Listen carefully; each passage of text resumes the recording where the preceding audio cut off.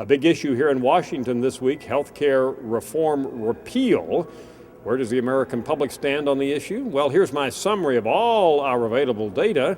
A majority of Americans are dissatisfied enough with healthcare legislation that they either say repeal it totally or cut it back significantly.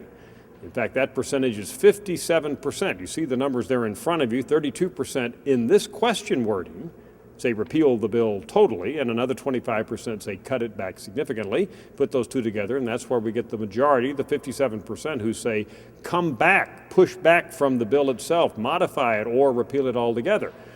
Now, to fill out the entire complexity of this, looking at the other side of the equation, you see about a quarter of Americans say expand the bill. They actually want the bill to be more encompassing. That would be more liberal or Democratic Americans. And another 13% say keep it like it is.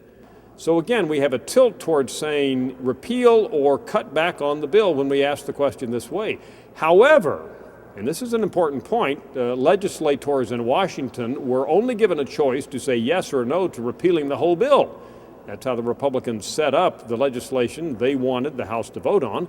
And when we asked Americans earlier about that, up or down, repeal it all or don't, we found a 46% to 40 plurality saying to repeal the bill totally. So we get a little different response when we ask it that way. We think here at Gallup that both ways of looking at this question are important.